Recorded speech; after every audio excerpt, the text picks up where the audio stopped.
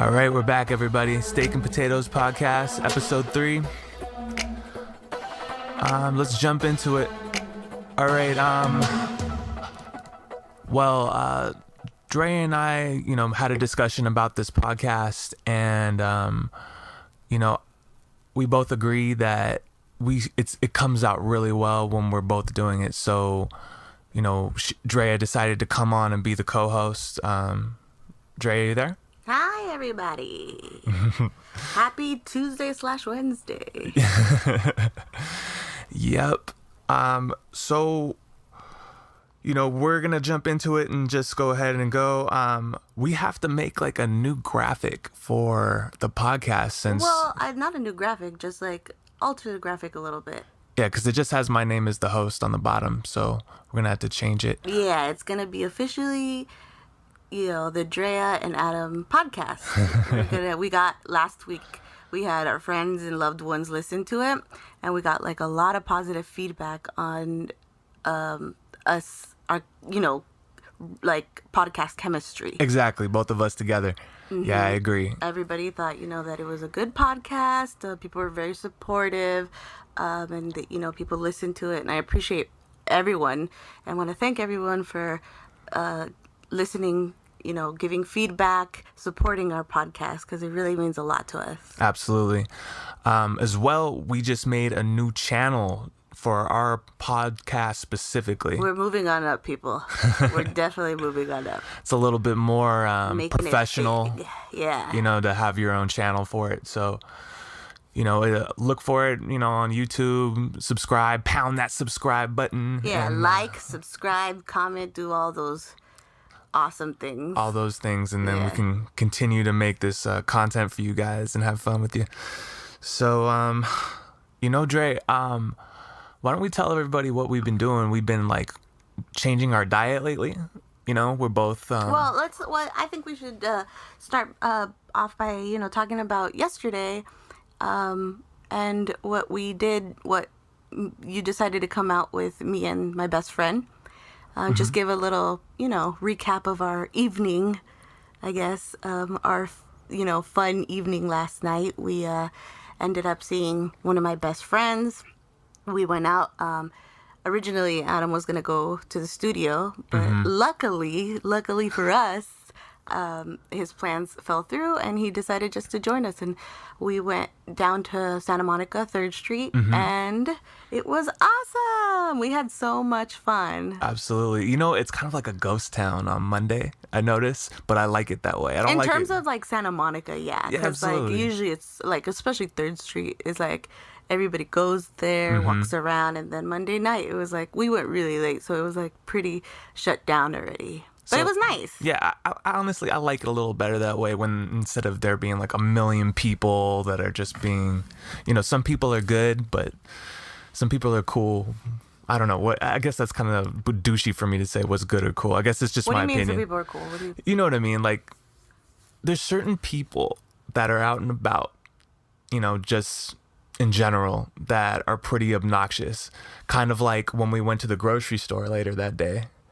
And there was that guy in line. Remember, that was being obnoxious? Oh my God, I totally forgot about that. Yeah, that was so strange. But it was really late. It was like 2:00 in the morning, and we went to Ralph's to get some ice cream. And the guy was like, there's like in this particular Ralph's, there's only like one register open at night, because there's not a lot of people there, and the line wasn't that long. It was like, there was like 2-3 people ahead of us, and this guy was just screaming the whole time, "Can you please open another lane?" Like obnoxiously. Yeah, like total diva, right? Yeah, like it was just like yelling this, like can open another lane, dude. Like he just kept like, it was so obnoxious. It's crazy how people feel so entitled, right? Yeah.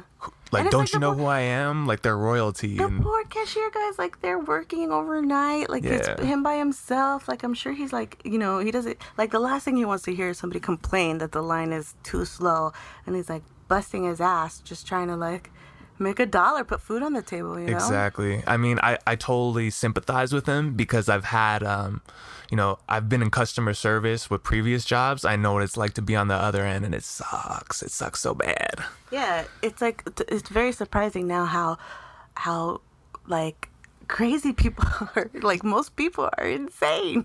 Yeah, definitely insane. Yeah, it's pretty crazy for sure. But it was weird. He was dressed like really like thugged out, but Drea thinks that he was putting on his voice. I don't know. Maybe I was thinking maybe he's from Venice or something. No. He was definitely putting on a voice. Like, he was like, because he even made a comment to him, like, he feels so white or something like that. Oh, you know, God. and it was like, he was just like, and he was like purposely talking like a surfer dude, like, or like a valley girl type accent. Like, it was very odd.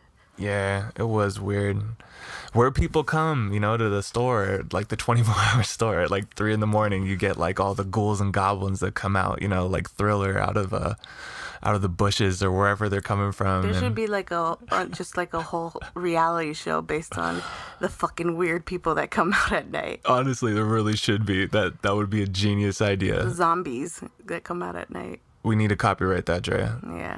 Nobody steal it, okay? Yeah. So yeah, we saw my friend, and we went out to we wanted to take her somewhere for dinner, and some of the places around that time were limited. But I did want to give a shout out to this Chinese food place. It was in Santa Monica. It was a few miles from 3rd Street, and it was awesome. I didn't even know they sold Chinese food, like past like 7-8 o'clock from these type of joints. I mean, I know you can go to like till 11, like at maybe a Benihana's or like an actual restaurant like Golden Dragon or something like that. Well, even those restaurants, so I think the latest they stay open is 10 or 11, and like I think in weekends, and usually it's like 10. Right, and then it's like the kitchen closes earlier for the ones that have bars, so at least they can, you know what I mean? I do notice that, like Benihana's is like that. Barney's is like that too, Barney's Beanery. It's not Chinese food, but like I think their kitchen closes at a certain time, and their like the bar stays open though. Mm-hmm. But I wanted to give a quick shout out to this Chinese food place. Like I said, it's in Santa Monica, and it's called Tasty Wok. Tasty Wok. Yeah, we ended up ordering. They have like combo plates, and they have like family style. We ended up ordering family style. We just got a bunch of food, like feasted. Yeah, I don't know if you guys saw the photo I posted on the Instagram, like in the middle of the night of all the food we had down there. Adam really posted good. it on Instagram. Yeah, he had to, tell the world what we were eating. Dude, Drea, tell the world how long it's been since you ate Chinese food.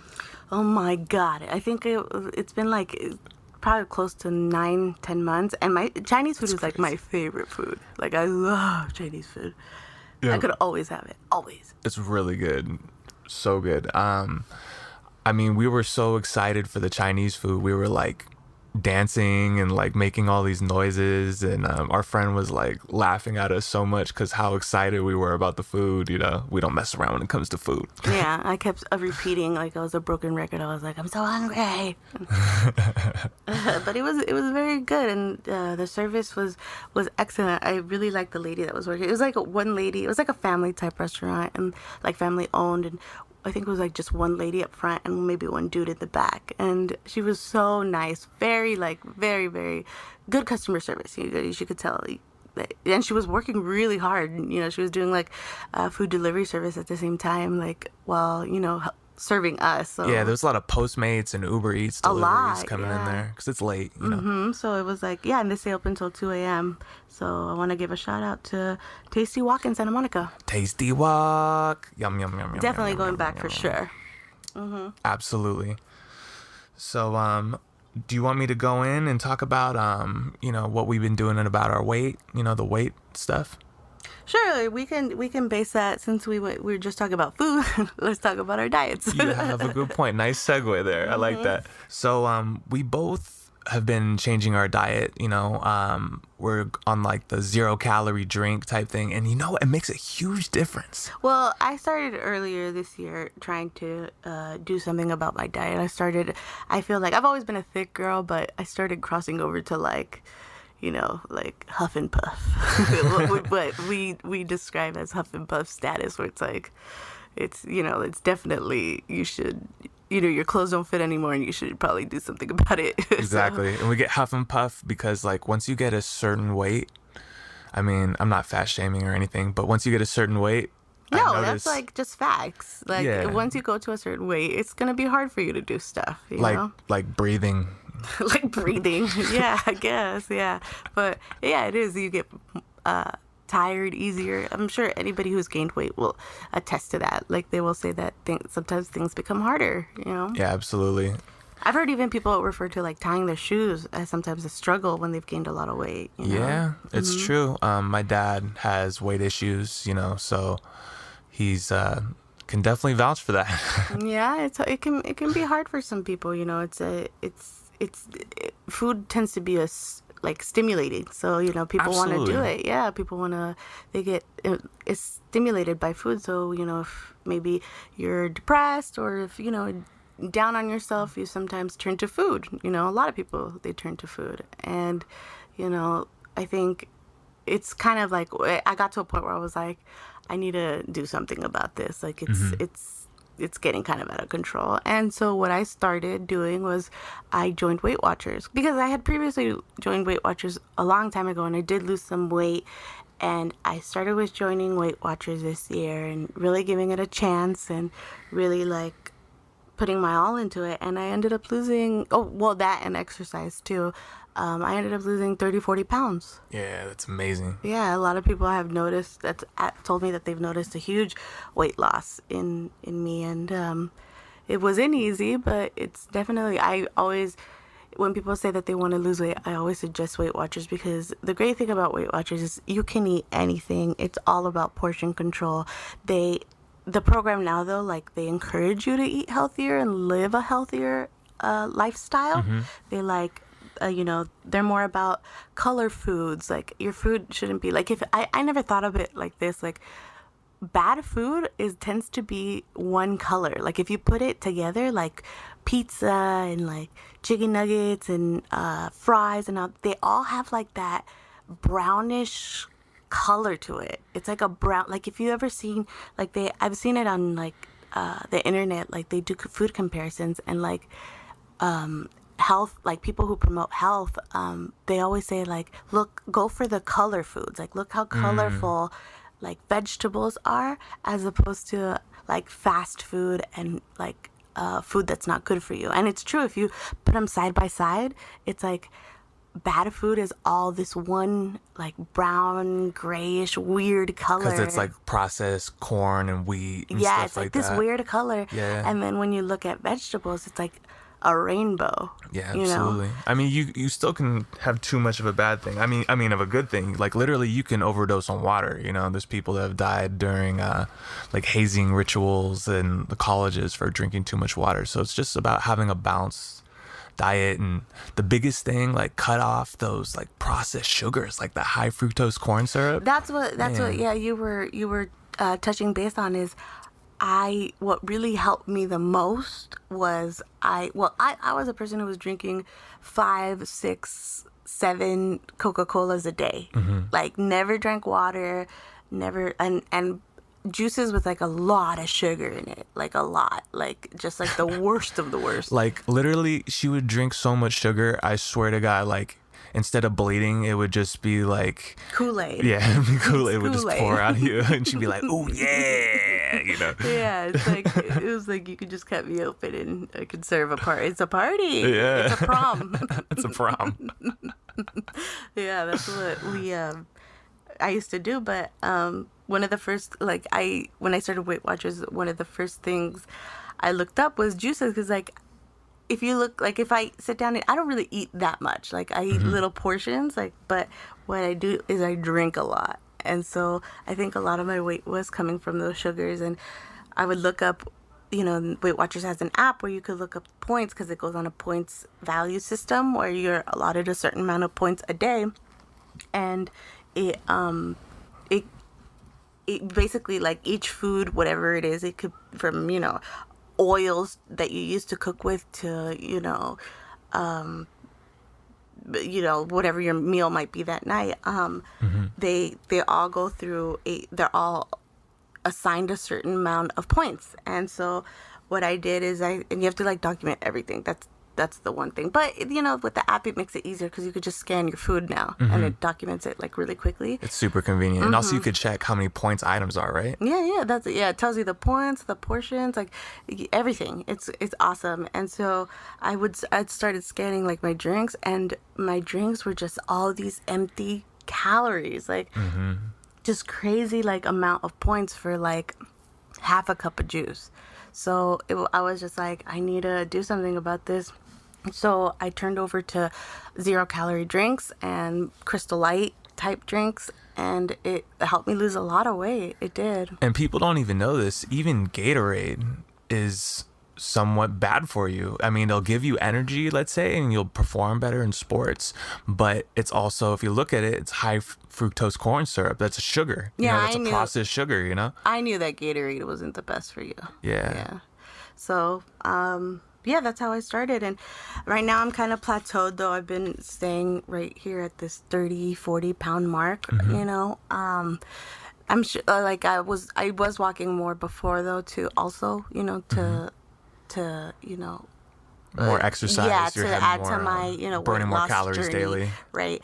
And it was helping a lot. But right now I'm sustaining. I'm proud that I'm, like, not gaining any weight. I'm sustaining at 30 to 40 pounds weight loss. So I'm proud of that. You're doing really good. Yeah, I'm proud that I'm keeping it off, and I'll probably we did end up joining a gym, and we Yeah, we talked about that. The Planet Fitness, great gym. Yeah, Planet Fitness is awesome. I never heard of it.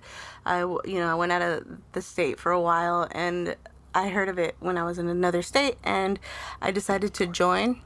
The gym, and it was.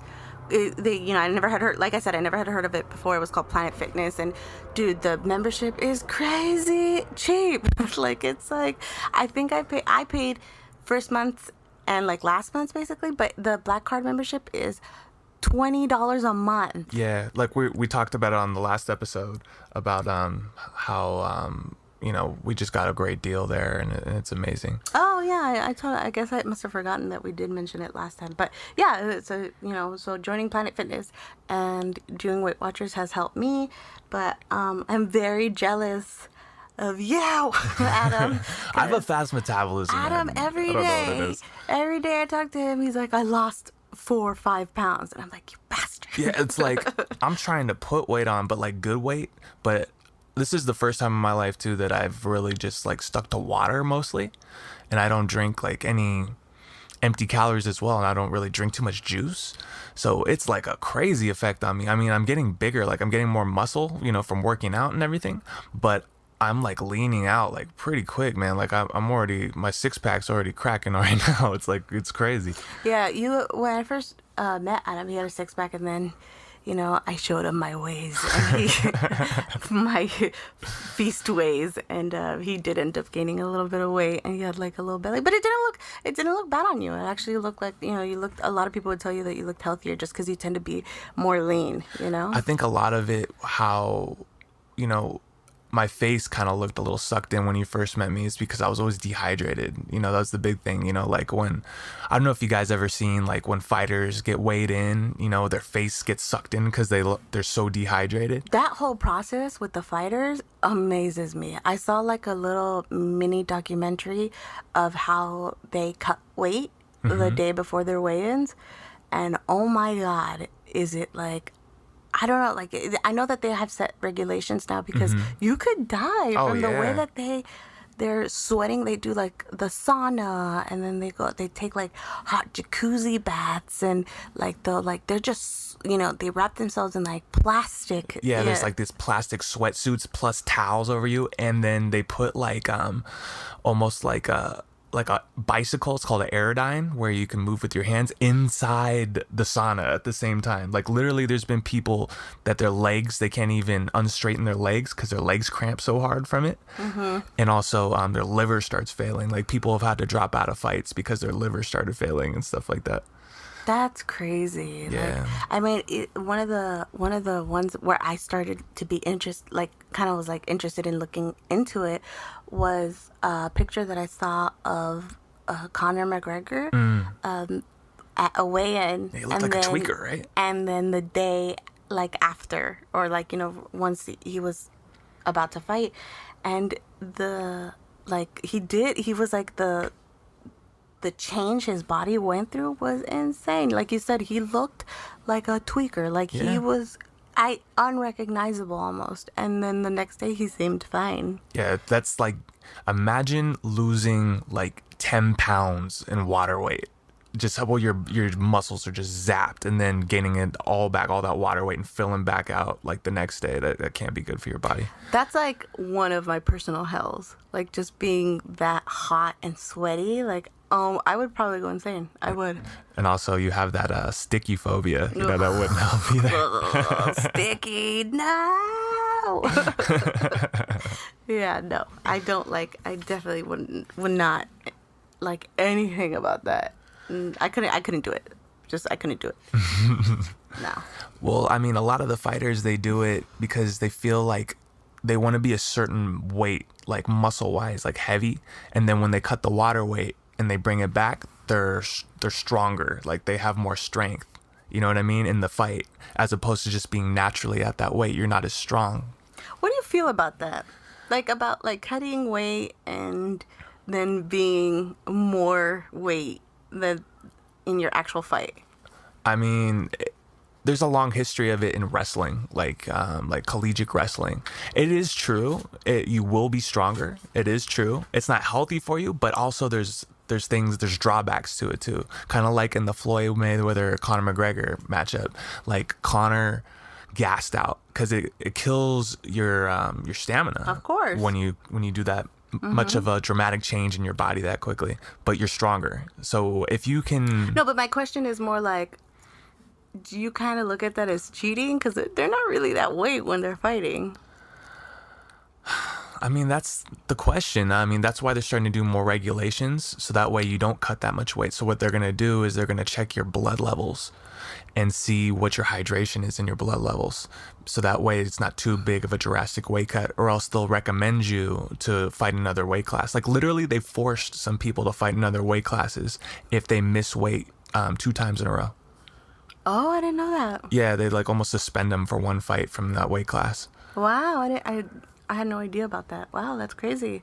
Yeah, I think because I always thought of it like there is kind of like a cheating element to it because you're not really that weight. You know what I mean? Absolutely. I mean, also fighters are notorious for when they're not in a camp, like training for a fight, a lot of them just completely gain weight, like a lot of weight. Like 40 pounds. Yeah. Like people who are fighting at 185, in their everyday life when they're not training, they're over 200 pounds, or 205, 206 pounds. Yeah, to me, I don't know. There's a cheating element to that. I don't know. I mean, but I'm not super into MMA like that, like I mentioned before, but I don't know. I always thought that was kind of weird.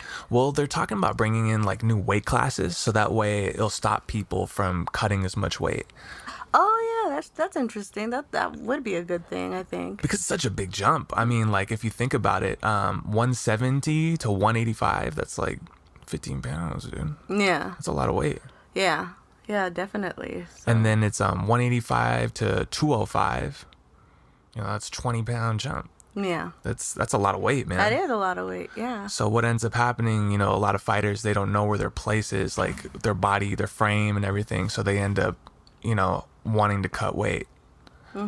Yeah. But is there another story that you wanted to talk about before I get into the UFC results? No, I think this is the perfect time to talk about UFC because we're already on topic. All right. So UFC 216, the results. Okay, I'm not going to go over everything. Pretty much, I'm just going to talk about the last 3 fights. Fabricio Verdum, excuse me, is was supposed to fight Derrick Lewis, also known as the Black Beast. That's his AKA. You know what I mean? And Derrick Lewis had to pull out. He was getting back spasms, so somebody last minute filled in. And Sorry. I just want to ask you. Do you know why he was getting back spasms? Like, is there a reason? Well, okay. Derrick Lewis was all over social media during the flooding in Texas from the hurricane, and he literally rescued over 100 people himself, like with his truck. He would jump out, fight the rapids on the floor by walking and picking up like elderly people. There's like literally videos of him picking up like so many people in his arms and putting them in the truck. Wow. Yeah, like he literally like saved a lot of people. It's crazy. And honestly, it was so crazy. Not too long ago when I saw a video of it, he was picking up this lady she was not a light lady. She was a pretty big lady, and he was holding her like a baby. And you know, that's just spelling disaster. After doing all that, you can't really lift people like that continuously without some type of damage happening to your back. And with back injuries, like I've had a back injury for a while, and I'm finally recovered, but it's not something that you gradually feel. Sometimes you may feel a little sore, but when you get an injury, once you start getting to the spasms, it's something that it's like abrupt. You're like, oh shit, something happened, you know? So when I saw him carrying that person through the rapids that was a little larger, I was like, he's gonna hurt his back. Because I remember when I was younger, I felt invincible. I felt like I could lift anything, you know what I mean? And there's dire consequences to that. But that's how he pulled out the fight. He was getting back spasms. And this guy filled in for him. His name was, I have it right here. His name's Walt Harris. He's not even ranked, and he only made $28,000 for the fight, which is not a lot for heavyweight. Fabricio Werdum, he made like way more. He made $400,000 for that fight, and he literally beat that guy in less than 2 minutes. You know, with the armbar, he didn't even get punched. It was crazy. So that's probably the easiest $400,000 you know anyone can make in their life right there. That was crazy. Well, I mean, there's still a lot of training and a lot of things that go into fighting. Well, of course, I'm not talking about like the training aspect and everything. I'm just saying, fight wise, that's probably one of the smoothest fights you could ever have once you're in the octagon. Right. I mean, he didn't even punch him. He literally like took him down and got his back and, you know, gave him an armbar. So, you know, lucky for him. He's actually the owner of that gym that I'm going to sign up with in Venice. So he's actually known as one of the questionably, you know, one of the best heavyweight fighters of all time. He has wins over like Alistair Overeem, Antonio Nogueira, Fedor, Mark Hunt, Cain Velasquez, Bigfoot Silva, like the who's who of heavyweight MMA. But anyways, so let me just get back to, you know, the other fights. Okay. Demetrius Johnson beat Ray Borg, and by doing that, he beat Anderson Silva's record of 10 consecutive title defenses. And you know, it's crazy that he only got paid. Listen to this. Okay, he's the best pound for pound fighter in the world. He broke the record for you know, consecutive title defenses, and he only made $370,000, and he's the champ and the best pound for pound fighter in the world. Mm-hmm. But you know what it comes down to with like fighting, how you get paid is more like, what do you draw and what does your contract say? Like how many pay-per-view buys are there when you're fighting? You know, are people tuning in? But he beat Ray Borg crazy. I mean, he literally picked him up in the air, suplexed him, and then threw an armbar on him in midair. Like I've never seen anything like that in my life. And you know, Ray Borg was really trying to hang in there, but you know, he was a beast. But I mean, it looked nasty. It looked really nasty, that armbar. So congrats to, you know, Demetrius Mighty Mouse Johnson, you know, breaking the record. You know, I respect, brother. The main event was Tony Ferguson versus Kevin Lee. I talked about it in the last podcast of the build-up, and it was crazy. in the end of the fight, Kevin Lee started gassing pretty early. He had a staph infection on his chest. It looked pretty gross, actually. Oh my god. Yeah, they can fight with staph infections? Technically, I don't know if they're supposed to be allowed to, because they can be contagious. You know what I mean? A staph infection. That's really weird. So he's talking about how that might have zapped some of his energy in his fight. It just looked weird. His chest literally looked like there was a darker piece of flesh just on his pec in one part, and that it was like over his, it was like almost inflamed and up a little. It looked weird. Dude, that's really weird that they would let him fight like with a staph infection with a. Don't you think that's odd? Yeah, I mean, it's endangering the other fighter, especially since they're fighting. There's open wounds, you know what I mean? They're bleeding. Yeah, So, and that's like a medical condition. Yeah. He has a medical condition. but that shows you how much heart that Kevin Lee has too, man. He has a staph infection, and his he's zapped from that, and he's still wanting to fight someone like for that opportunity. There's some people that like literally, if they get a sniffle, they're like, I'm pulling out the fight. Yeah, I mean, it does affect your fight. I mean, it affects your future, affects your paycheck. Right. But at the same time, this was an opportunity that, he would have to fight for like at least a year or 2 more years to even get this opportunity again, because it's just the build up for it. If he pulled out, that fight will never happen. Mm-hmm. Unless, Kevin Lee just went up, and just went on a tear and like knocked everybody out. But, what ended up happening was, what's it called? Tony Ferguson ended up putting Kevin Lee in a triangle choke, and Kevin Lee tapped, and he started crying. Kevin Lee started crying after. And it's kind of funny, Kevin Lee was kind of talking a lot of shit about, the current champ of the light heavyweight division, Daniel Cormier, for crying when he got knocked out. But Kevin Lee started crying a little bit. So, I mean, it always breaks my heart when they cry. I mean, that's a lot on the line, man. That's like your future, Yeah, but I always really feel for them, like, I'm like, oh. I feel for them too, and I get it. I don't think it's soft for them to do it. I mean, you're overwhelmed with emotion. Of course not. You have That's not adrenaline pumping through your body, and if you think about it, how many months and hours that they put into training and all the pressure and, Dude, everybody cries. Like, it's not, I don't look at it as a soft thing. Absolutely.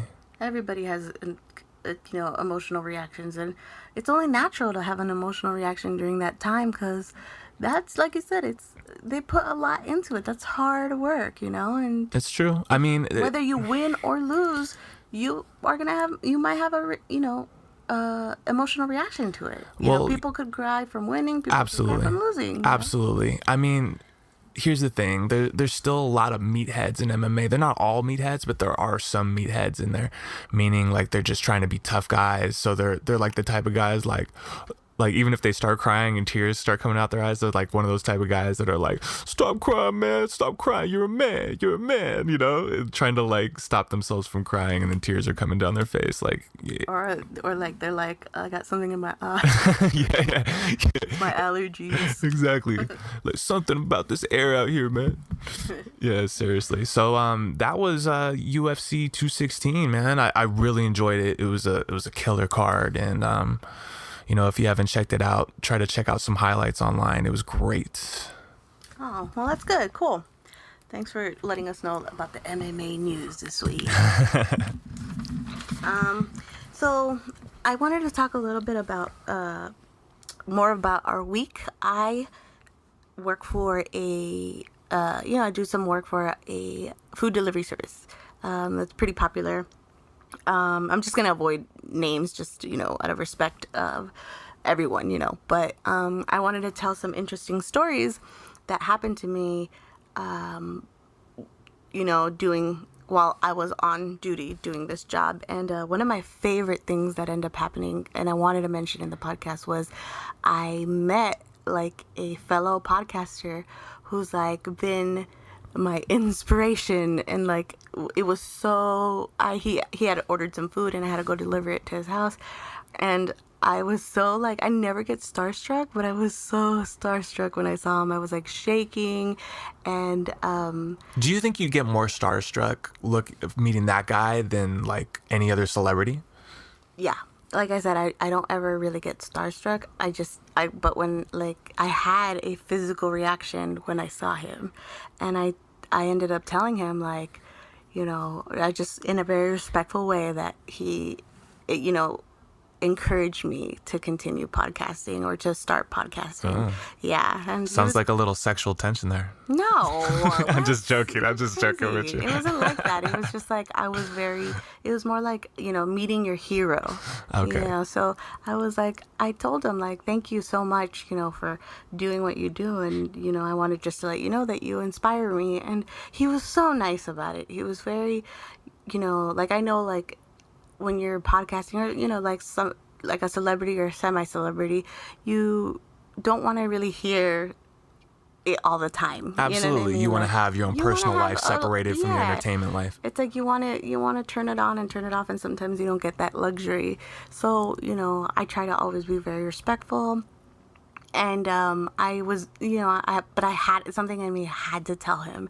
And I told him very quickly, like I was very quick and, like I said, respectful. But that was so awesome. It made like, it not only made my day, it made my week, it made everything. It was totally cool. And I got to thank him and I got to talk to him for a second. So that's cool. That was an exciting part of my job too. And I wanted to mention also later that evening, I ended up meeting a fighter too. I delivered to a fighter's house, beautiful home, a boxer.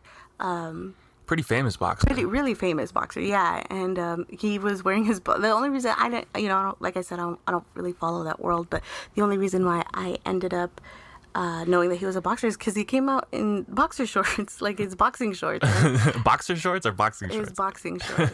And he came, and you could tell they were like really nice material. They were like it was blinged out. Like you could really tell like it was like a legit, like, I don't know what do you call it, like uniform or boxing like, trunks. Yeah, it was like legit. And so then I just ended up looking him up online real quick, and I ended up saw that he was like a pretty famous boxer that comes from a family of boxing. Absolutely, he has a legacy of boxing. Even his father was a very famous boxer, extremely famous. Now I will say like he was maybe a little drunk or he had been having fun that night. He was like, we lit. Yeah, maybe he was a little some, but he nevertheless he came out and was very nice too. It was a beautiful home. But yeah, that was like my celebrity filled night, I guess. That's cool. Yeah, and have you ever like picked up any celebrities while doing your job? Absolutely. It happens from time to time. I can't drop any names because I don't think that's professional. Yeah, but, I didn't either. Yeah. But man, like I've been to like A-list celebrities' houses and driven A-list celebrities. You wouldn't think that they would order that rideshare, that maybe they would get like a black car or something like that. But no, doesn't matter how famous you are. I mean, you could still save a buck. Absolutely. I mean, I've heard people tell me that they've picked up like, other really famous people too, famous musicians, famous actors, directors, all the above. That's cool. Yeah, like doing this type of job, you get to meet a lot of people, like all walks of life, and it's interesting to see it's kind of surreal to see certain celebrities when you're doing this job. Yeah, they're all normal people. It's just they get paid to entertain. Right. It's always like, I'm just saying because they're famous and it's like they're right in front of you and they seem so normal, so it's like it's very surreal. Yeah, absolutely. But in doing this job comes some drawbacks too, unfortunately. And one of the first times I started doing this job, I have a story about it. And it's like a really creepy story, and I figured we could just share one of our creepy stories or one of our stories. And okay, is this the creepy moment? We should put like the ghost, like a ghost sound, like ooh. Yeah. Yeah, it's the creepy moment. And it was like when I had just started. And I went up a hill. Like it was like up in, the Hollywood Hills. Mm-hmm. And I was pretty deep in the Hollywood Hills. There's a lot of creepy people up there, too. Is there? Well, just guys being creeps, Well, I definitely encountered one. And I got sent to this address. But sometimes the addresses are kind of weird because the numbers don't go consecutive. It's really weird. It'll be like 1145, 1147. Then it'll jump into like 190 and then go back to 150. You know what I mean? Like go back to its consecutive number. It'll be like the one address that's just like in the middle of the road. They want to keep you on your toes, I guess. Yeah, in the middle. And so like when sometimes the navigation doesn't know how to like identify it or like how to address it. So it'll tell you, it'll drop you off near the house, but it won't drop you off like right in front. It's like you on your own. So figure it out. Yeah, you gotta figure it out a little bit. And sometimes up there you don't get any service, so it can be difficult, So it was one of those instances where like the house was a certain house that was like out of numerical sequence, and so it told me to drop off like in the beginning of the street as opposed to towards the end of the street. That's where the house was. So I parked in the beginning of the street, and I see like I start parking. Usually like when it's a delivery, a lot of the times the customer will come out and meet you, especially if it's like an apartment, or they can see that you've arrived. So I would say probably 75% of the customers actually come out and just grab the food from you. That's nice of them. So he started, there was this car that started flashing its lights at me. And so I figured, oh, that must be them. So I parked like right in front of them. And I'll just make up the name Claire. Claire. Yeah. Code name Claire. So the customer, like she was Claire. That's not her real name, but I'll just call her that for story purposes. It's like what's it called? Law and Order. The names have changed to protect. Right. So so I stayed in the car because I wasn't sure. And it kept flashing its lights at me. So I got out of the car, grabbed the food, and I was like, he like kind of yells out to me. It's a guy, and he yells out to me. So he tells me to come to the car. So I come to the car, and on the driver's side.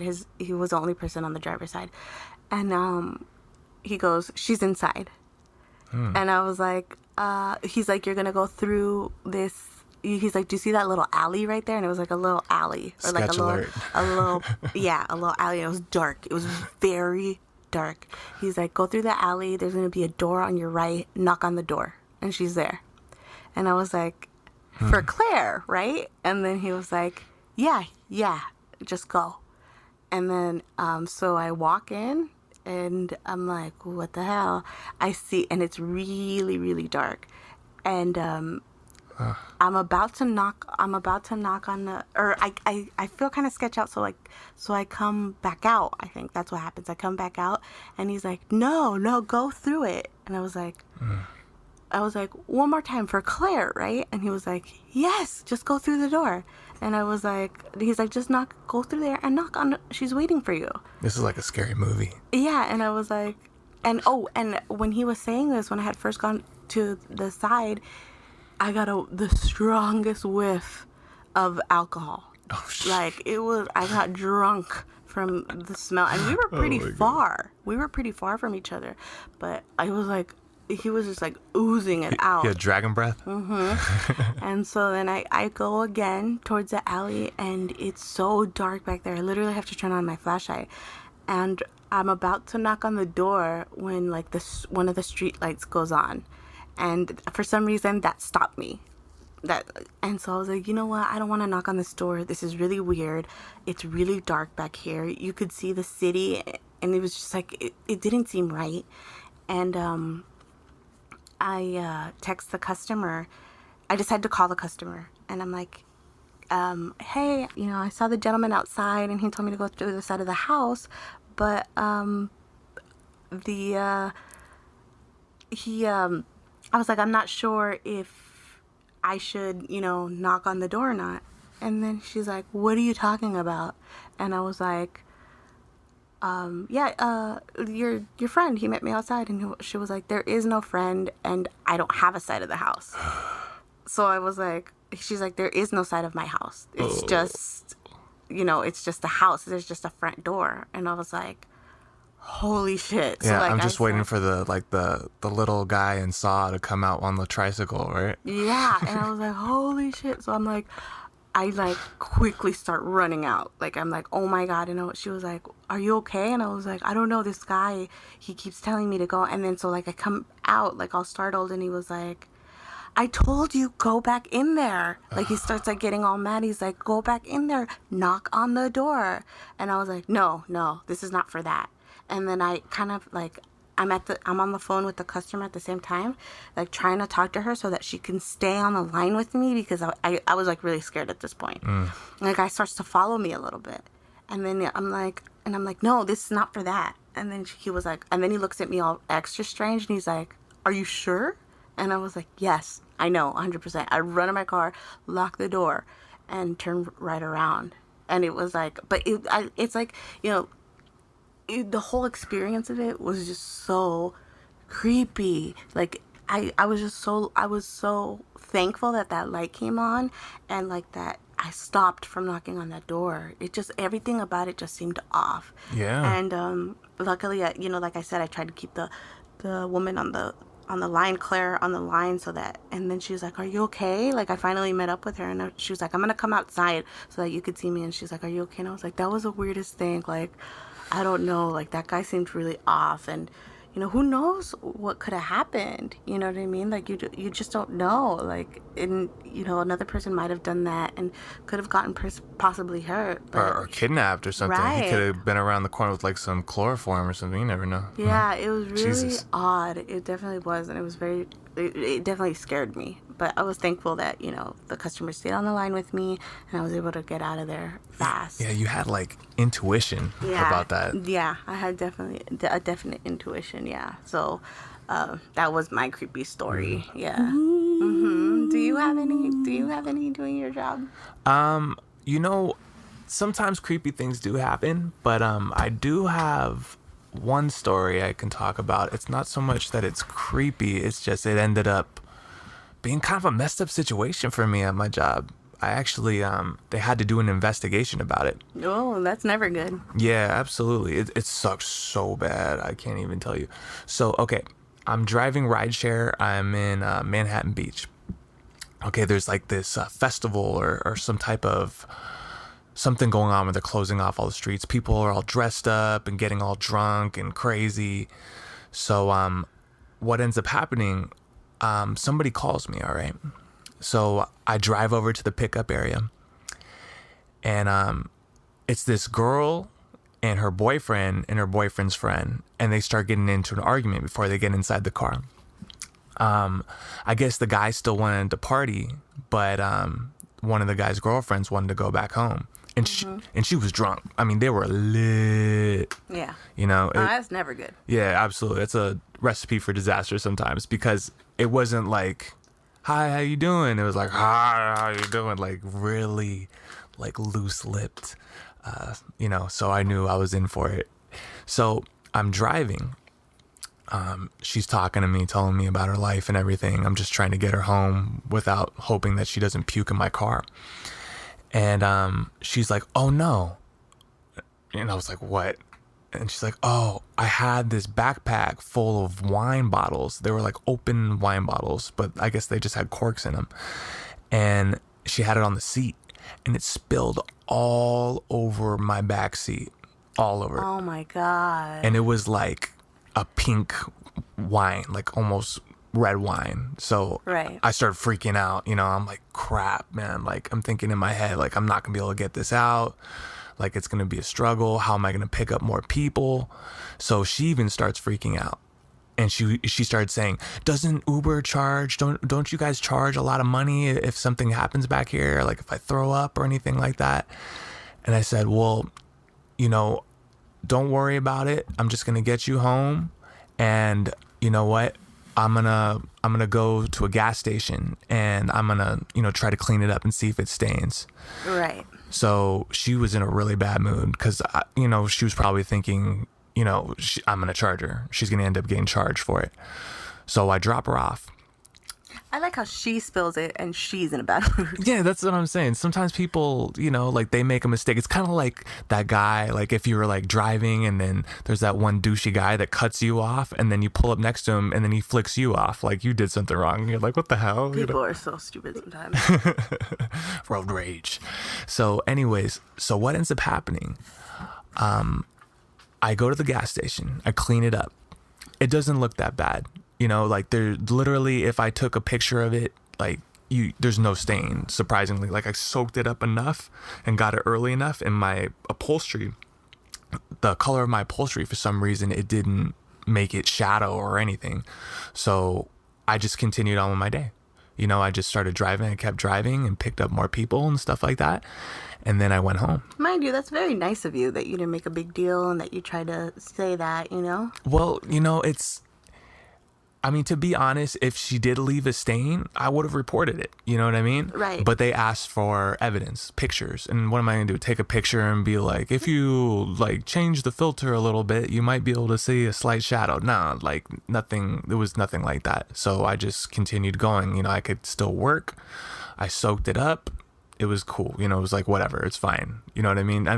When you drive rideshare, you tend to, your car takes a beating, people leave like fries or like sauce or like all types of stuff all the time. You just got to clean it up. It's part of the job, part of the gig. That's crazy to me that people would I would never do that in someone's car. Yeah, I get it. Me either. But, some people are inconsiderate. But anyways, so the plot thickens. Check this out. So the week went by after. I was done for the week. I believe it was a Sunday. I worked Friday, Saturday, Sunday doing this.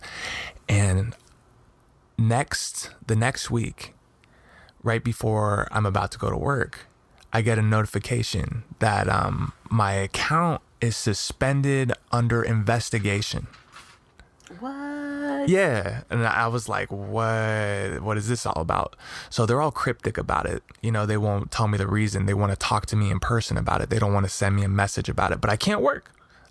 And that means I'm not making money. So what ended up happening, they were kind of fishing around without even telling me who the writer was at first. And they were just like, do you remember any type of incident happening, any type of contact with somebody? And I was like, contact? No, not at all. I was like, why? What's going on? And then they said they reported that a woman said that you got out and tried to hug her.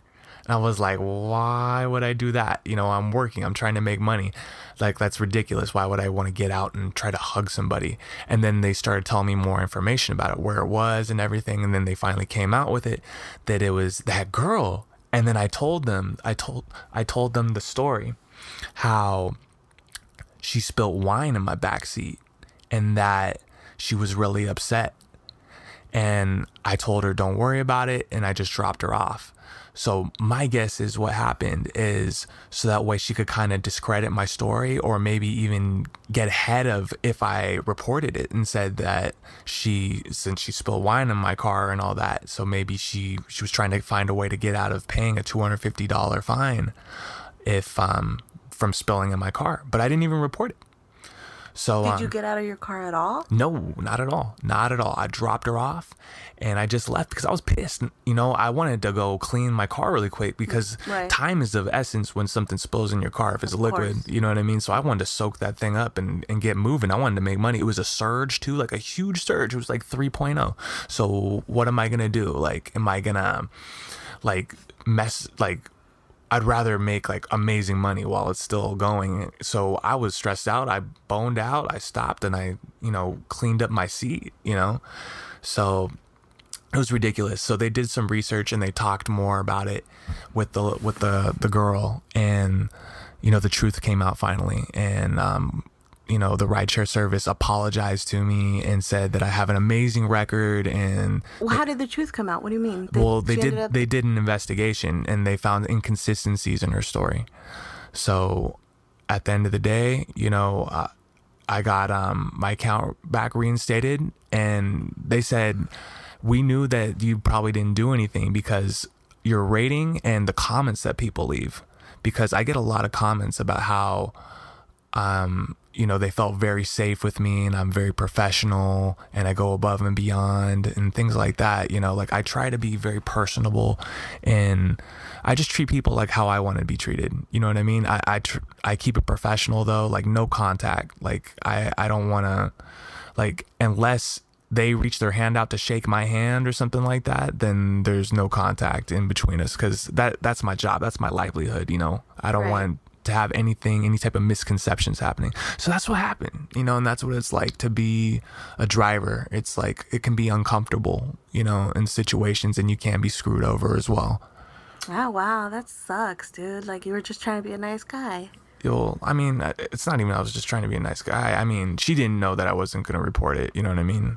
Yeah, she knew there's a possibility, you but... know, you told her, like, you know, you gave her the chance. Like, you'd be like, oh, if there's nothing back there, I won't report it. And, you know, like... Yeah, you know, it is what it is. That's the world we live in. You know, some people do questionable things to get out of paying money.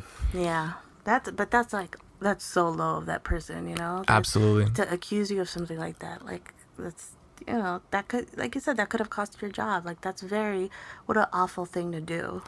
Yeah, I agree. But, so, bitch, if you're listening, fuck you. Not my man, bitch.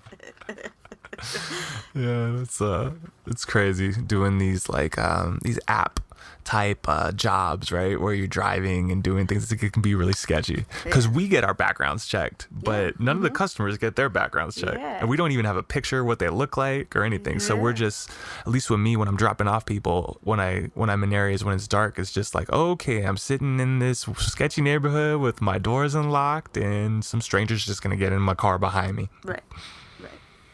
Well, that's crazy. I'm sorry you had to go through that. Yeah.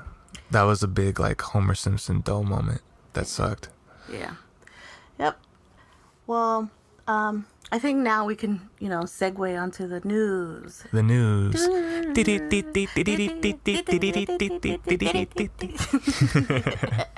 Or like the 60-minute clock. Yeah.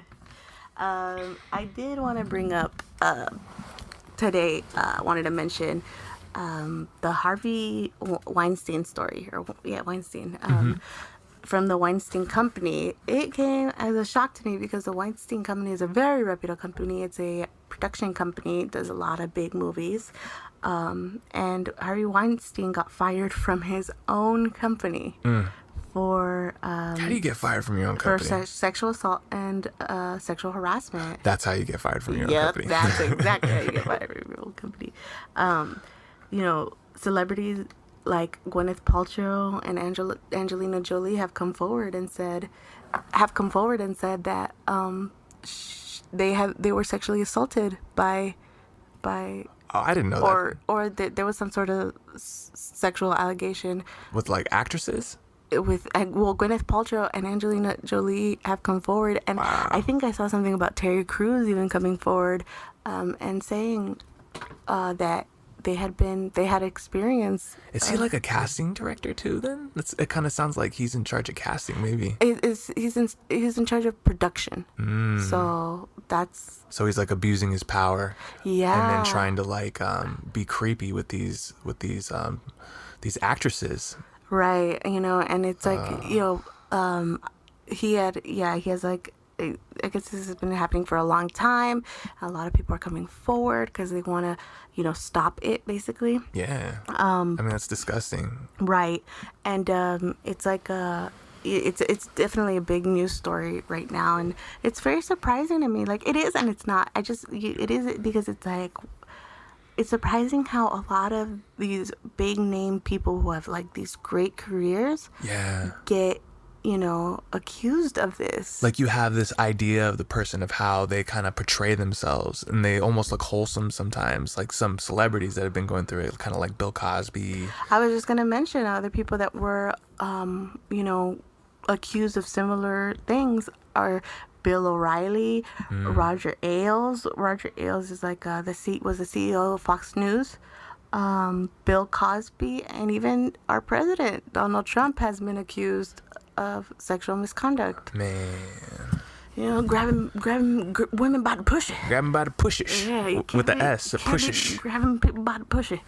But yeah, like, so he ended up getting fired from his own company, and like I said, it's a pretty big news story, and it's just shocking to me that this happens so much. I know, it's kind of been going around. I mean, I don't know, when I worked at the mailbox place, you would hear stories about that from some of the box holders. Like, you would hear like about how creepy, like, casting directors can be with like female actresses. Like, how bad do you really want this part? Like, that type of stuff. Right.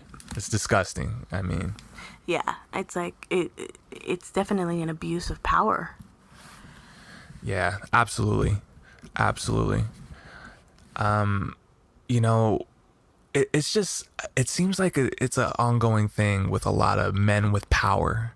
They abuse their power, and they think that since they have this power to change someone's lives financially, with their job or whatever, they feel entitled, like they can hit on them or do anything that they want to these women because of the consequences of them maybe speaking up or refusing him could drastically change their career. And it's horrible. It's disgusting. Yeah, some people there could be some people that you could never hear from again because they didn't go along with it, or they reported it. Yeah, they get like blacklisted, right? From other projects, or they get fired from like corporate companies. This happens in the corporate too. It's definitely a question of what do you do then? Do you just ignore it? Do you feel like you have to go along with it? I'm sure some women even feel like, fuck it, I'm just gonna do this so that I can be somewhere else in my career. Like, I have no other choice.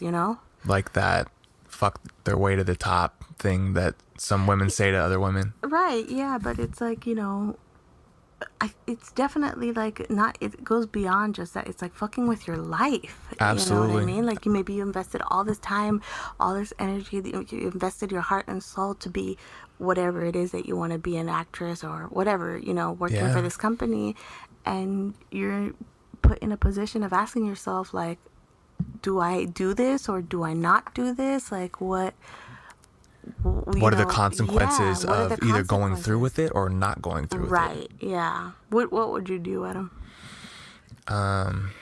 I get on my knees and suck that dick like amazing, like a fucking superstar.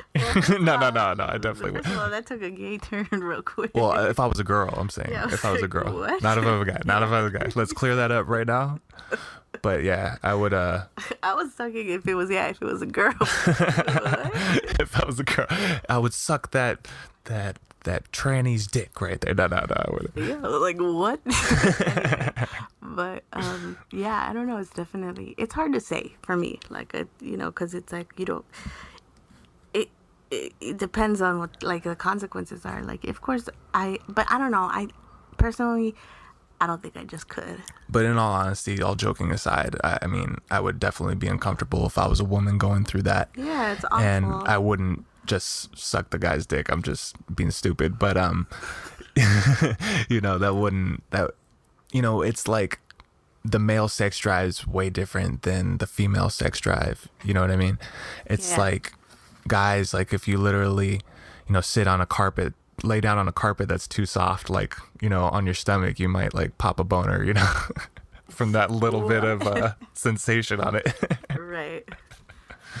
But yeah, so that was definitely one of our top news stories. And man, again, I wanted to mention Las Vegas, because I just saw something like new revelations about it. What happened in Las Vegas? There was a shooting. If you don't know about it, pretty much everybody knows about it. I talked about it in the last podcast.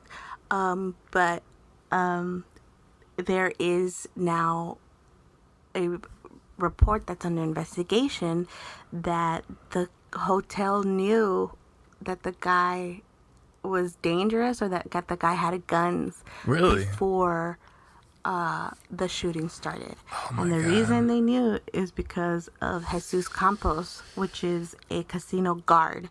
He alerted the hotel because I think he got shot. He's the person who got shot before the shooting started. Oh my God. So what does that mean legally? Do you think they can be Now, sued, that hotel now, The for not? hotel is denying this claim. Of course they are, because if But the they... story came out once the police timeline changed. So this is like allegedly. It's hard. It was like hard to understand the article, all like whether it was allegedly or not. But it looks like it's pretty. Let's just say allegedly then. Yeah. For legal purposes. Yeah, but like I said, it's leaning towards one side where it's saying like the police have changed their timeline, and Jesus Campos was shot and alerted the hotel about, and now this is being investigated because they alerted the hotel because police didn't arrive to the room Oh, it took them forever. Yeah, until 10 minutes after the shooting, I think, or something like that. So I mean, how long it took them to assemble the SWAT team was like over a half an hour for them to even, spring into action to try to find the room. Yeah, so it was like it took a while, but now they're saying that, I guess the hotel knew and didn't. I don't know, allegedly knew, but didn't necessarily do anything. So yeah, that was an interesting thing that I saw in the news. So if it is shown that they did that, I'm pretty sure there'll be a lawsuit for negligence. Do you think that's grounds for a lawsuit? Yeah, possibly. I'm sure that the hotel. I'm sure that that's part of the reason why maybe the hotel is like not Commenting, not claiming responsibility, anything or commenting on anything. Paying out settlements of millions of dollars to multiple parties. Yeah, because they supposedly knew, but I don't know. Like I said, this is allegedly, and I don't really know. I just saw a quick glimpse of it, and I wanted to mention that in the story. It's interesting. Yeah, and the other news story that I ended up seeing and that I wanted to mention was the fires. Have you seen any posts about the fires? There's more fires? Yeah, it looked like there's I've seen them on Instagram from time to time. Like, there are people posting what the fires look like. And apparently in California, there was like 17 fires. Well, I know about that huge one that was there for a while. It was supposed to be the biggest brush fire in California history. Yeah, there was 11 people killed, 100 people wounded. Man. And it definitely has been a presence online. And I just wanted to see, what were your thoughts about the fires that happen in California? Like, it's pretty. My thing is, like, I didn't know how common it was. Oh, it's super common. I mean, because it's so dry out here too. Yeah. Well, I don't even know, how do they start? Do you know how they start? Well, supposedly some are arsonists. Right, or like sometimes like cigarettes. Yeah, cigarettes that's why they have certain bans, like in the canyons, for like if you're going hiking and stuff, why you can't smoke up there, because if you drop the butt, it could light something. But most of the time, to be honest, what I've heard, it's not really cigarette butts that do it. It's allegedly, it's some firefighters that will do it. And the reason, what? yes, I've never heard that ever. Really, you haven't? No. Think about it. If you're in the business of putting out fires, what could be the most beneficial thing for you financially? As like, not like fire department. But you don't get paid more to fight a fire. But when there's a brush fire, it's not the normal fire department that only goes there. They have on-call fire people that do get paid hourly, that don't live, like the ones that are dropped off in the middle to like do controlled burns and things like that. There's people that have a seasonal job during fire season, and they get paid a certain rate for fires. I was watching this YouTube video on it like yesterday or the day before about how, did you know that inmates become like volunteer firefighters? Wow. As part of a program. That's what I'm talking about. That's what I'm talking about. So the program started, like, it's like a program that started, it saves like I don't know if it's $100 million or $100 billion a year. And basically what it is firefighters train inmates to become firefighters and fight brush fires. Yeah. And for shorter sentences. Absolutely. For And it's a shorter job criminals- opportunity. yeah, I've crime actually sentences. picked up somebody that did that and was an ex-con, and he gets dropped off in the mountains, and he literally lives up there for a little bit and fights fires the whole time. Yeah, like that's what the video, the story. Journeymen, I think they're called journeyman firefighters. Oh, is it? Oh, I didn't know. I just saw it, and I had never heard of this before. I just never thought. Sometimes you see like people doing their, what do you call it? When you get community service. People do community service. In the street picking up trash on the freeway and stuff like that. Sometimes I see that, but I've never heard of inmates fighting fires. Well, I think that's a great program, because I would think, if you're an inmate and you're trying to make a change in your life, it'd be very hard to change your life, because it would be hard to get a job. Right. Yeah. With a record. Right. Especially if you've committed like a violent crime But I don't before. think you can be a firefighter. Like, they're not legit firefighters, or they're getting paid. They're journeymen. Yeah. It's like a different type of firefighter. They're just, but like I said, they do it for shorter sentences. Mm-hmm.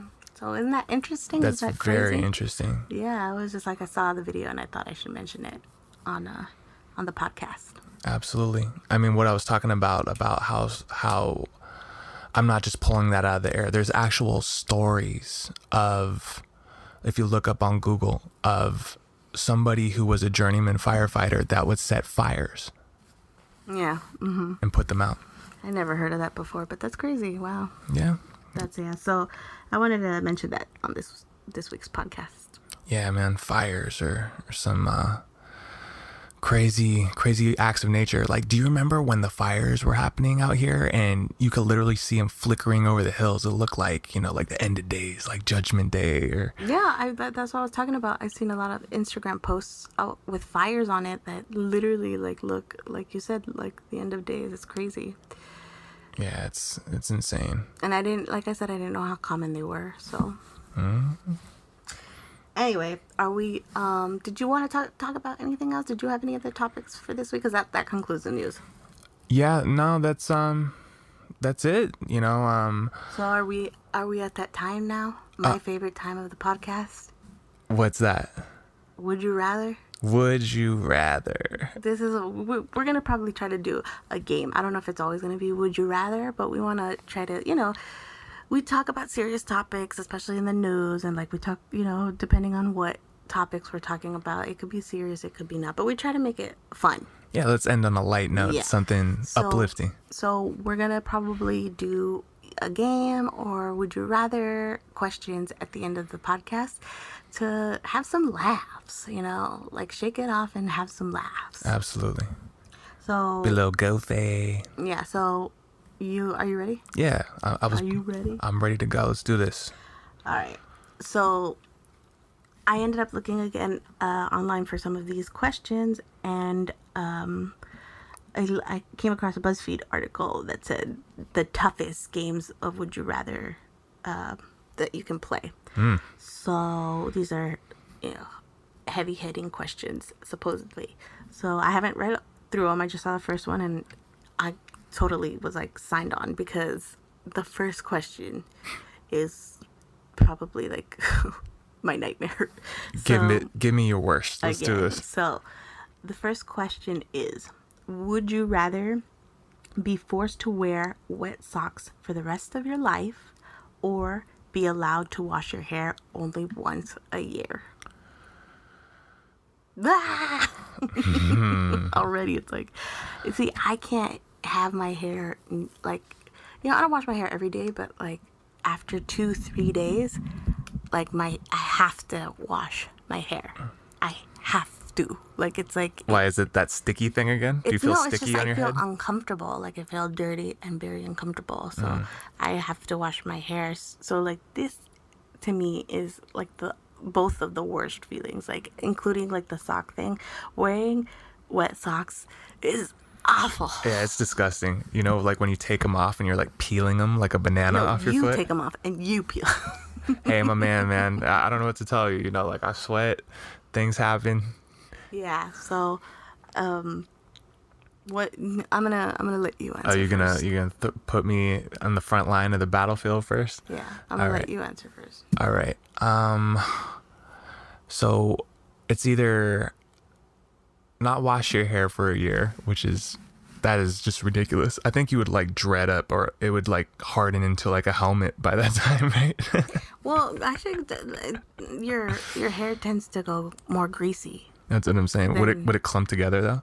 Would you have like a hair helmet? I think that's how you kind of.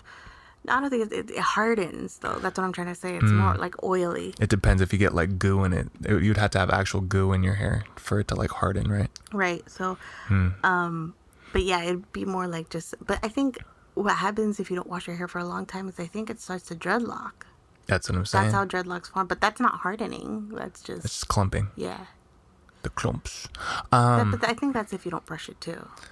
Yeah, honestly, the way that I'm thinking, since I'm a dude, I could get away with washing my hair once a year if I kept it a really low fade. If my haircut was really low. Right. Because then if I didn't rinse it, if I didn't wash it, I could at least but the thing is that put every water time in it or just like wipe my head or something. That's the thing. See, every time we play this game, you completely go off. Like that's not off. Yes, it is. I still have hair. To wet your head. Okay, I can rub it, but then it would just be like a lot of dandruff, right?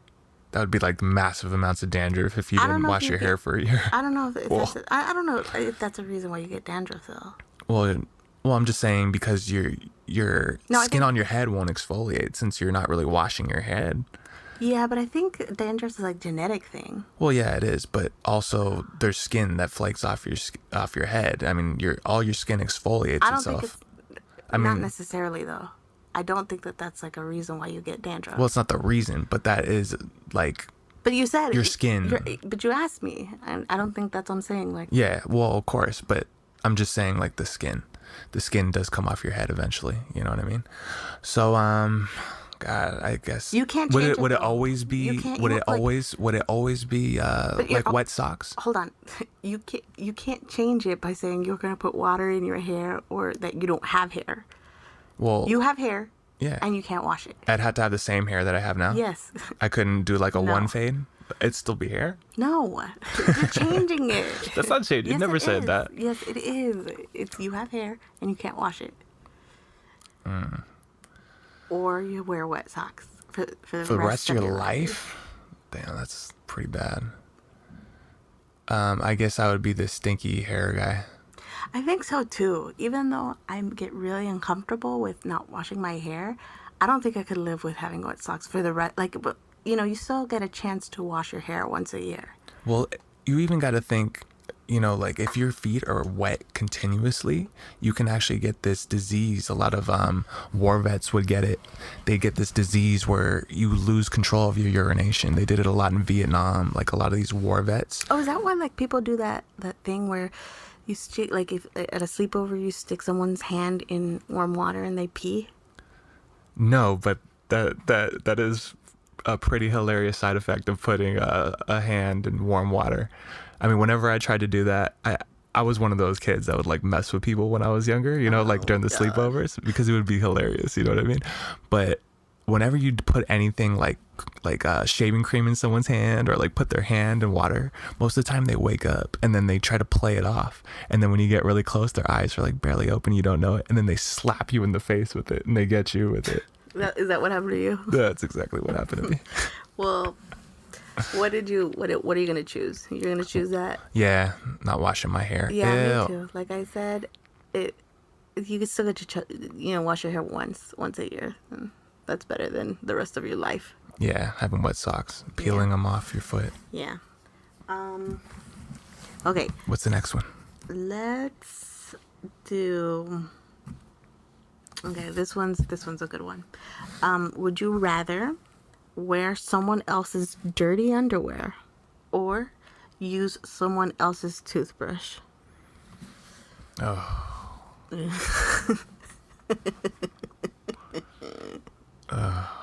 God. Someone's dirty underwear or their toothbrush?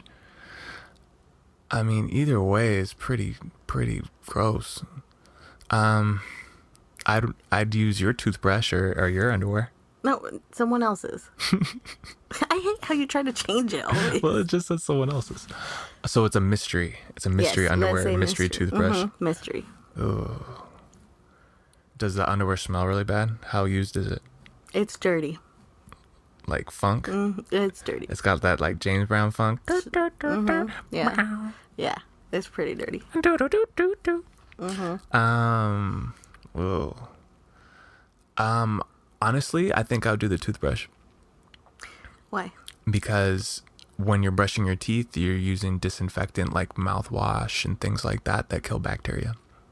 Yeah, I think so too. I was gonna say I'd use someone else's toothbrush because at least you could give it a pretty good rinse and you know, just throw it's mouthwash a coin in. toss, but you're still I mean, it's a lot better than someone's like Hershey stained underwear or something. Oh, okay.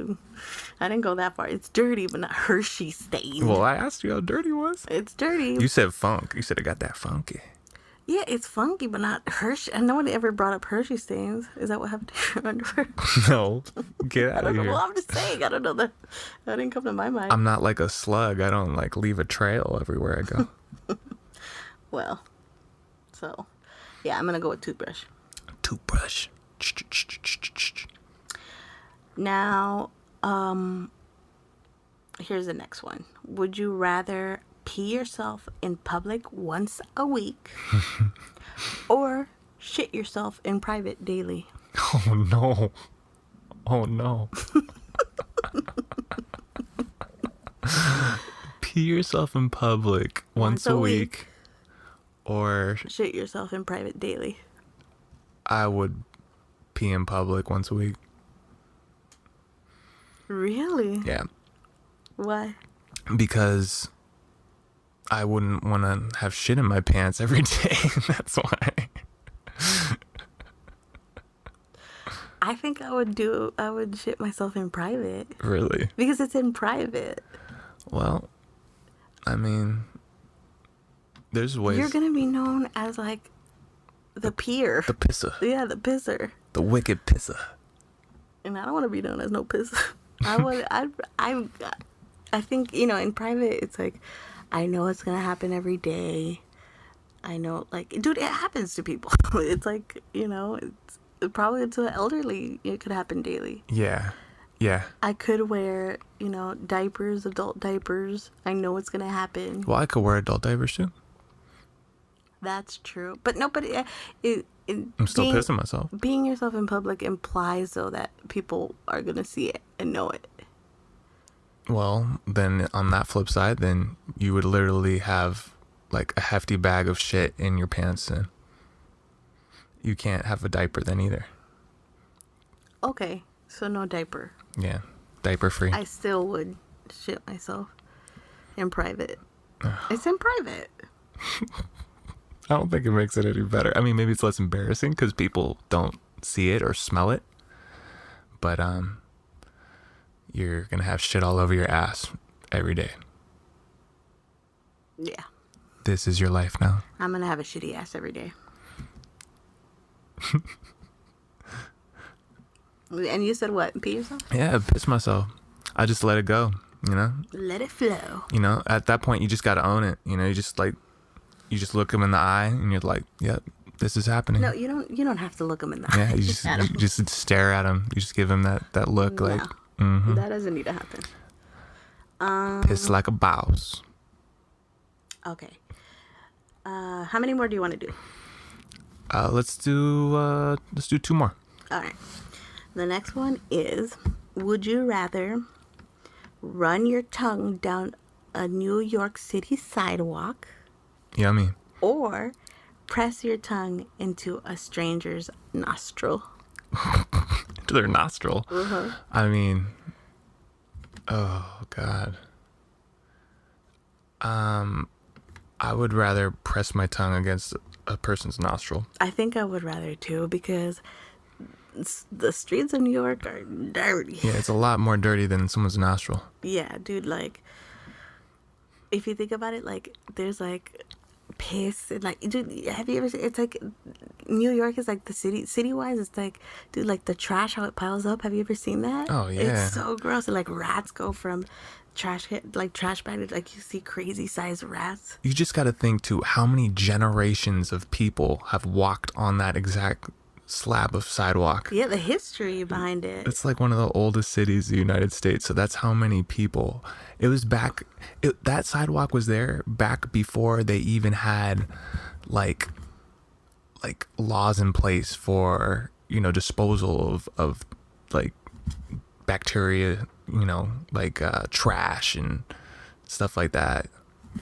Yeah, there's definitely a lot of history. I mean, granted, it rains. And there's definitely a lot of trash. I don't think I could even like walk barefoot in the streets of New York. I think that would just gross me out. I mean, when I'm driving rideshare, I've seen people drop food on the sidewalk and they're so drunk they just eat it anyways. Ew. It's so gross. Ew. That's so disgusting, gross, dude. And every time I'm like, ooh, like, nah.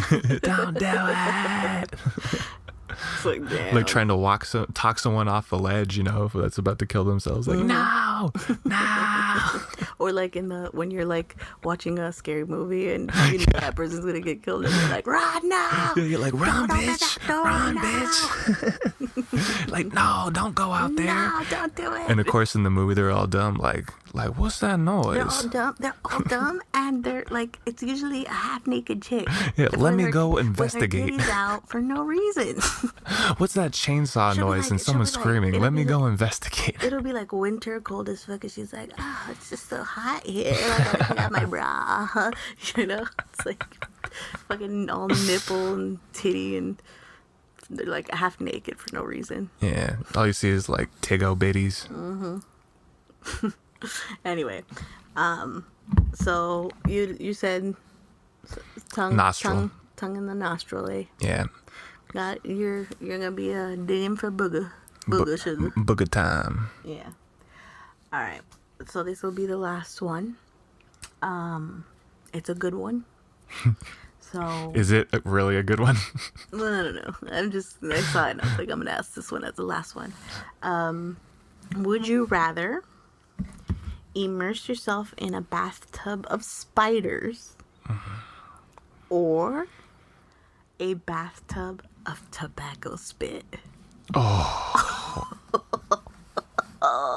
Oh no. Oh no. Like, if you could see my face right now, like, we should, if we had video on this podcast, you would see my face would just be like a blank, like I've just seen a ghost look right now. Which, by the way, maybe we'll do someday, but for now, we'll stick to audio. I feel like I see dead people when you say that. What? Like, did you? Like, are you okay? Not like literal dead people, but like I'm in shock. Oh, like what would I? I was like, what? Did you just have a seizure out of him? Like, what? Oh God! Honestly, I think that's one of the worst ones that you've ever asked. Like one of the most horrible ones. I told you it was a good one. What would you do? A bathtub of spiders or a bathtub of tobacco spit. Jeez. That's like both, like what nightmares are made of. Yeah, dude, those are pretty bad. Because, even after the tobacco, like, if you get out and you shower, you're still going to smell like tobacco for a very long time. I don't even mind the tobacco smell. It's like just the fucking nastiness of it. Well, that's what I'm saying. Like once you rinse that off and you wipe it, it's still going to smell. When it's like tobacco spit, it's like the guys that do it, or the ones that I've seen, like when, when they use the spittoon. Yeah, like they use like a spit cup or something. Like, it seems like Flemish. Oh, yeah. It's not even like just spit. It's like Flemish. Yeah, it's like secretion. Jesus. Bubbling muck. No. But see, okay, that's what I think of. I think of either it's gonna be like Flemish spit or it's gonna be like spiders. This is what I'm afraid of: spiders crawling into my orifices, like Your crawling into my nose and nose and my ears. ears, especially my ears. Like I'm paranoid about that. In your butt. Hopefully not, but It's gonna crawl up your butthole nah, and I'm leave gonna some fucking- spider eggs in your butthole. I'm gonna squeeze that hole. You're gonna that- crush I'm spiders gonna with your butt cheeks? Squeeze that ring so tight. It's gonna like suck. It's gonna be like a mouth, like like like putting your lips, like hiding your lips together, like when you press your lips together and you inside. Yeah, like yeah, it's gonna be like that. You're just gonna squeeze that O-ring like there's no tomorrow. You're gonna blow your O-ring though doing that. I don't care. As long as it's shut. You know those spiders are It's gonna like they're comfort. strong, so they're just gonna like use all their legs No. and just pry your cheeks They're open not. No. like a jail rapist. They're just gonna get in there. No. It's not happening. Yep. I think I'm gonna say tobacco spit. Because it's just like, for me, it's like you said, I could wash off. Like, I'd be the spiders, I'd be too scared that they'd crawl in my ears or my nose or something. Yeah, I think that's what it is. The spiders is more of like a uncomfortable anxiety fear thing, because I would think even after the spiders and even after they're all off your body, you'd probably still feel that creepy crawly feeling, like they're still like in your hair or on your skin. Yeah, that's another thing that, the like PTSD of it, you know what I mean? Like, you'd be like, what is that? Is that a spider on me? Like, still, like, it might be like hair just brushing up against your skin, Or you just might be getting like the goosebumps or something. Yeah. You just your mind would go crazy, I think. And then you'd probably think every time you see a spider, you'd probably think there's like a million more right next to them. Like, where are they? They're all here. Yeah, dude. I think it just, it's the thought of it more than anything going in my ear freaks me out. So I'm gonna say tobacco. Tobacco. I don't mind the spell tobacco. It's still gonna be gross, but It's gonna be horribly gross. You're gonna be all sticky. sticky. Yeah, see? I hate You didn't think about that, did you? No, I did think about it. I thought about it. So this is the one time you would deal with the sticky. Right, I would deal with the sticky, because compared to it crawling in my ear, that freaks me out. Would you have to like submerge yourself? Yes, it says Complete submergence? Yeah, it says immerse. Oh god. Yeah, I would like, a part of me wants to be like, I'd be tough and do the spiders, but in all honesty, I would probably try the spiders and I'd probably wuss out. You're scared of spiders. I'd as probably it wuss is. out. I mean, not completely scared of spiders. Yeah, you don't like spiders. You're afraid of them. I'm not afraid of spiders. Yes, you are. I squish every spider in our room. Lies you tell. I'm the one who squishes them. Yeah, but you get all scared. I don't get scared at all. Yes, you do. Nah. Lies. Man, next Are time you there's lying? a spider, Are you lying next to time our there's a spider, audience? I'm gonna smash it with my penis. Are Like you- that's how like unscared I am. I'm just gonna like jab it with my hard penis. Oh, That's how unscared I am. okay. I don't know what your penis has anything to do with this, but Because it's like the most vulnerable Are you area of gonna- the body. I'll just are be you like, gonna- are I'll you gonna lie fuck to that our spider to audience death. and say Mm-hmm. that you're not afraid of spiders? I'm not lying to the You- audience. You're lies. I'm not afraid of spiders. I mean, I've had some traumatic spider experiences in my life, but I'm not afraid of spiders. Okay, we'll just say that. But which one would you go with?